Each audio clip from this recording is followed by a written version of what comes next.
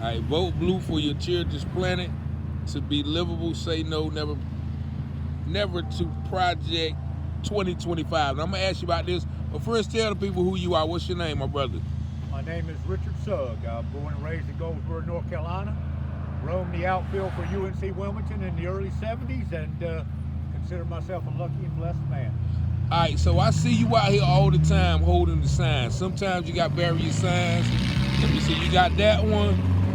Then you got gun violence. Amazingly, this is true. #1 cause of death of children in America. That's 0 to age 19. Gun violence is the number one cause. #1 cause of death of children. Okay, now More who so is than congenital birth defects, cancer, any other thing. Who is this right young here? lady is Brexia Leah Torres Ortiz. In mid-January, I was reading the New York Times and came across her story, and it touched my heart. Look at that girl. Now, that could have been the future of America right there. She was 11 years old, Syracuse, New York, went out to get a quart of milk for her mother, never came home, got caught in a crossfire on the street, died, as far as I know, on the spot. And the fact that we live in a country, and America is still, with all its faults, a great country, the fact that we don't really seem to care is the... Yeah, because I see you out here a lot of very times. What kind of response do you get from people? Well, some of that depends on where you are. We're here in Wayne County, Goldsboro, North Carolina, and basically voted red for a long time. Okay. I get about 2/3% positive reaction in terms of a thumbs up, a double horn honk, people sticking their arm out the window to offer me water or food or whatever. Okay. And lots of thumbs up. I get about 1/3 negative reaction. The only downside to that is the negative reaction is a lot more memorable than the positive. That comes in terms of serious profanity. You can guess all the 12 major curse words, and I get them all. 12 of them? Well, the 12 that I consider extremely nasty. Okay. So look, how long Get you a lot been... of middle fingers, thumbs down, and get a job, and you stoop up, blah, blah, blah. So how long you been standing out here, though? Like, how many years I've you been coming standing? out on this corner and the corner of 3rd in Dawson and 3rd in Worcester in Wilmington, North Carolina. Once or twice a week in Wilmington, 4 or 5 times, sometimes 7 or 8 times here in Goldsboro, North Carolina. I've been doing it for about 3 years. I started after the horrification, or the horrors is a better word, I guess, of COVID in 2020. And I've been coming out for about 3 years. So now. where do you live? Do you live here or Wilmington? I live in both places. I attended UNC Wilmington in the 70s. So did a number of our family members just recently. So I spend a lot of time in Wilmington, but my primary residence is here in Goldsboro. All right. So what is Project 2025? Oh, now we're talking. Yeah, let's get deep. What is First Project? of all, my main reason for being out here is every 100 cars go by here, depending on how fast they're going. 75 to 90 of them are going to be able to read this sign. One out of those 100 is of this date, November 2nd, 2023, is going to know what Project 2025 is, which is a horrible thing. Well, now a lot of people are going to know what Well, Project at least they're going to 2025. see the thing. And maybe in a month or two, they'll see a story about Project 2025 on TV, and it'll ring out in their memory a little bit. Hey, what that was that guy with the sign out there. What is it? Give us a little overview of it. All right, you got it, Richard. Since 1980, the Heritage Foundation has been publishing a mandate for leadership. Started basically in the Reagan years and all that. Conservative action, really no problem, but it's turned extremely dark over the recent years, basically in bed with the fossil fuel industry, and there's a number of horrible ramifications with Project 2025. Over 400 scholars have already signed their name to it and endorsing it. Some of the worst ones are turning back all sorts of climate change regulations and gutting the Bureau of Land Management. Some of the maybe even worse than that is re-implementing Schedule F, which President TRUMP signed, but as soon as President Biden came in, he overturned that. That is the ability to, on a whim, if they don't sign the Pledge of Loyalty or whatever, to fire civil servants who've been involved in the government for 15 to 30 years, and they can just be gone if they're not loyal to the Republican president in charge. Also, a couple more horrors. according to the unitary theory of the presidency, the president would have the ability to overturn any decisions or control the Federal Trade Commission, and even worse, the Federal Communications Commission, such as if MSNBC or Tom Hartman or somebody is criticizing the president, they could just knock them off the air. In the unitary theory of the presidency, they have the power to do so. So it's basically just a front for authoritarianism and coming fascism. Okay. And there can't be anything worse than fascism. Now explain fascism, because we hear those terms: fascism, socialism, Yeah, most communism. people just. What is fascism? Thank you, Richard. You're a good man. Most people just interchange those. Let's slide over a little bit so you're not in any danger here from the cars coming by. Appreciate you. Appreciate you. Most people throw those terms out there: communism, Marxism, socialism, all that. Yeah. But fascism is the first thing I could say to your listeners, readers, subscribers, viewers, whatever, is go on to the internet and just Wikipedia, Google, whatever. The 14 tenets of fascism. Okay. It's basically what the Republican Party is coming. This is all, Richard, one large story about white grievance and the fact that whites feel they're losing their place in society. So Okay. one of the worst things about fascism is the willingness to use violence to achieve your political ends. The great Malcolm Nance wrote a book, They Want to Kill Americans. Okay. It's just so sad that there's people out there that want to kill Americans because they don't believe what they believe.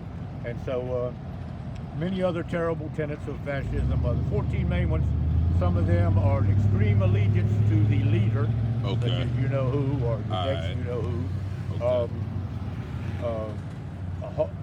Terrible support for unions, knockdown unions, terrible support for the arts and sciences, banning of books, any ideas that don't go along with ours are rejected, and it's just horrible. I mean, our men charged up, maybe some women charged up Utah Beach and Omaha Beach to defeat fascism in the 40s.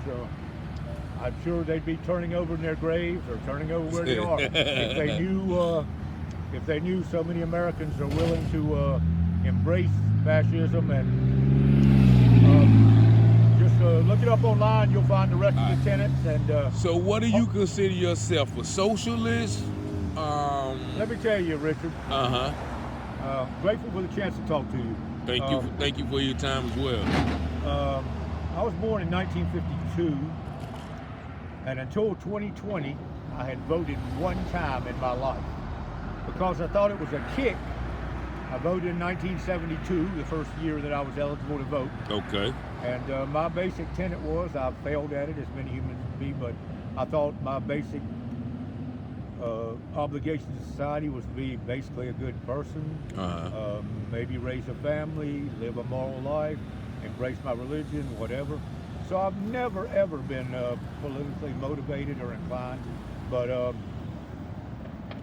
you know, what led up to 2016 and all 2016 to 2020, I just considered the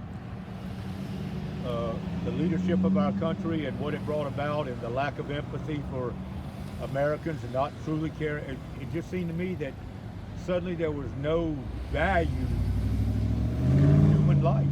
It's just all about money and power and maintaining the billionaire oligarchy.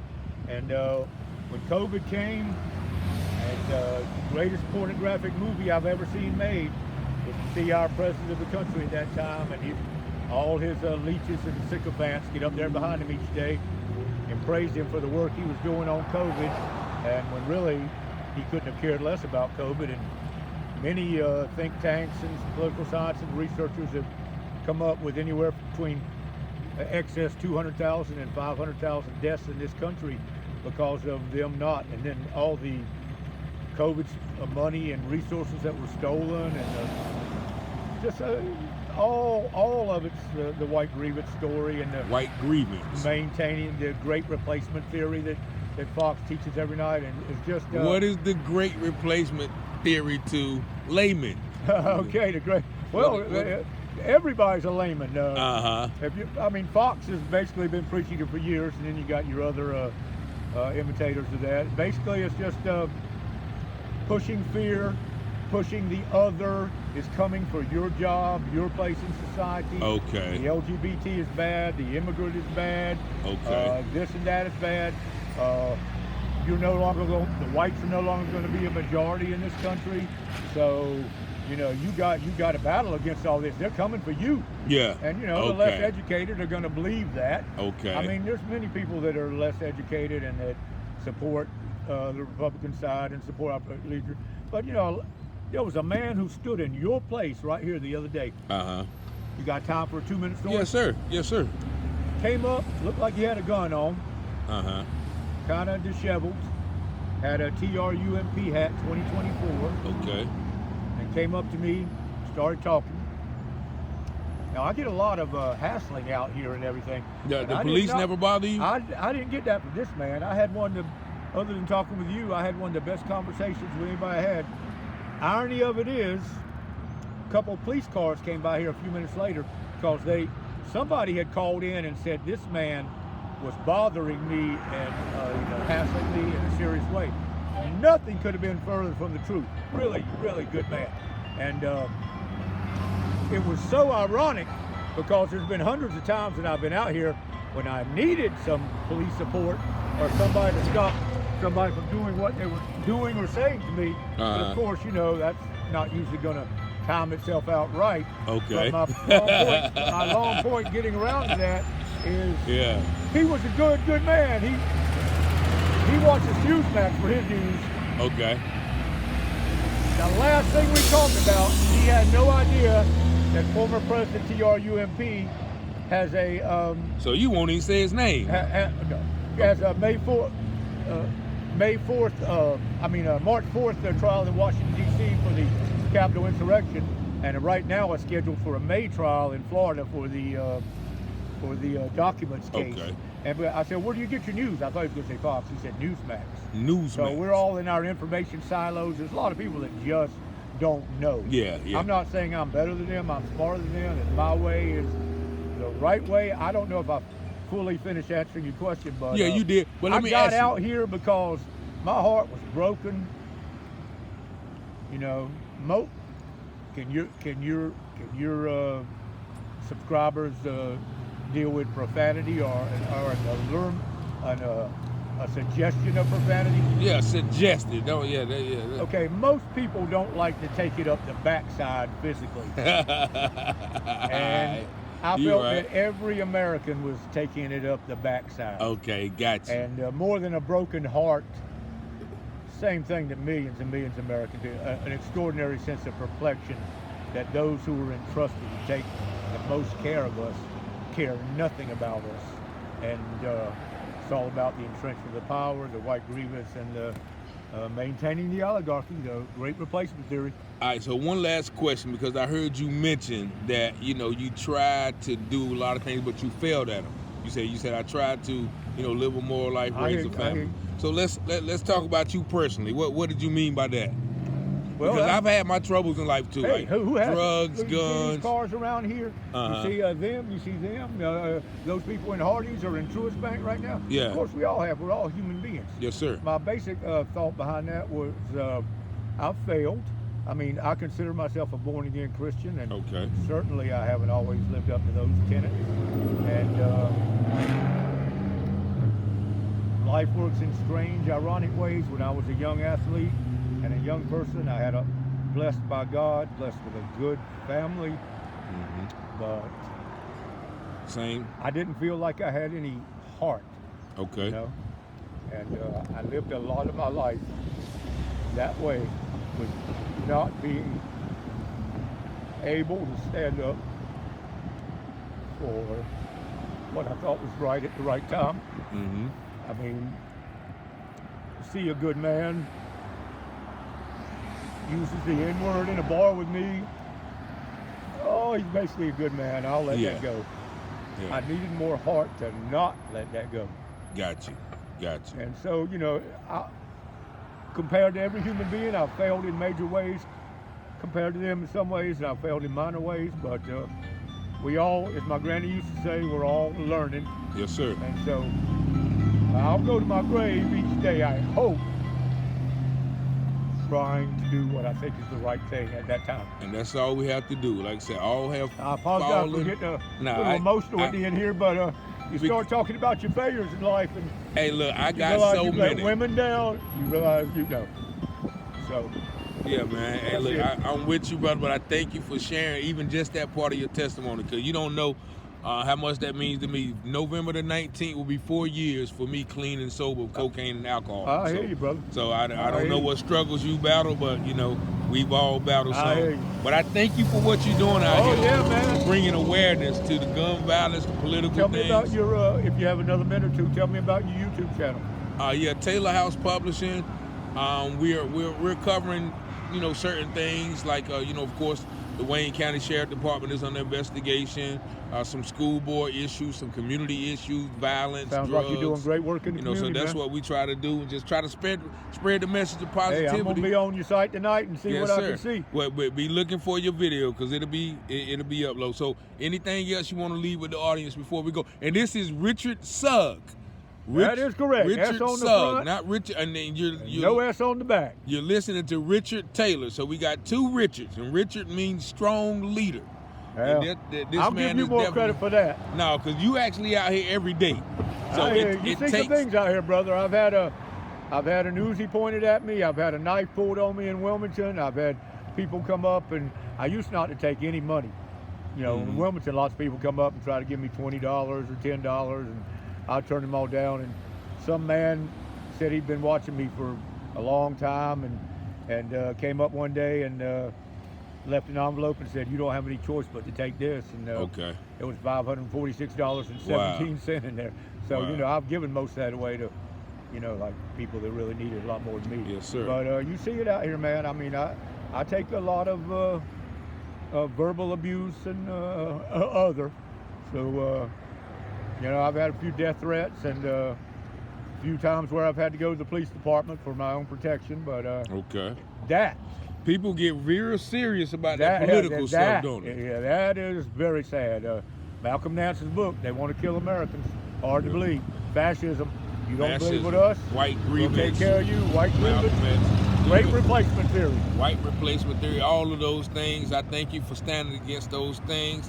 Mr. Richard Sugg, ladies and gentlemen. Goldsboro High School class of 1970. Played for the great Gerald Wisenhunt football, for the great David Odom and Norvell Lee basketball. Okay. For the great Danny Sutherland and Bob Waller baseball. Good men, good coaches. You heard it here first. A Goldsboro legend. I'm going to just go ahead and say that might be taking a little bit. I might be a legend out here now, but not the good type of legend. Definitely, man. It's definitely been a pleasure. Thank you all for tuning in, and we might come back and visit Mr. Sugg one day. Anytime. This is not my corner. This is your corner too, Richard. Peace and blessings.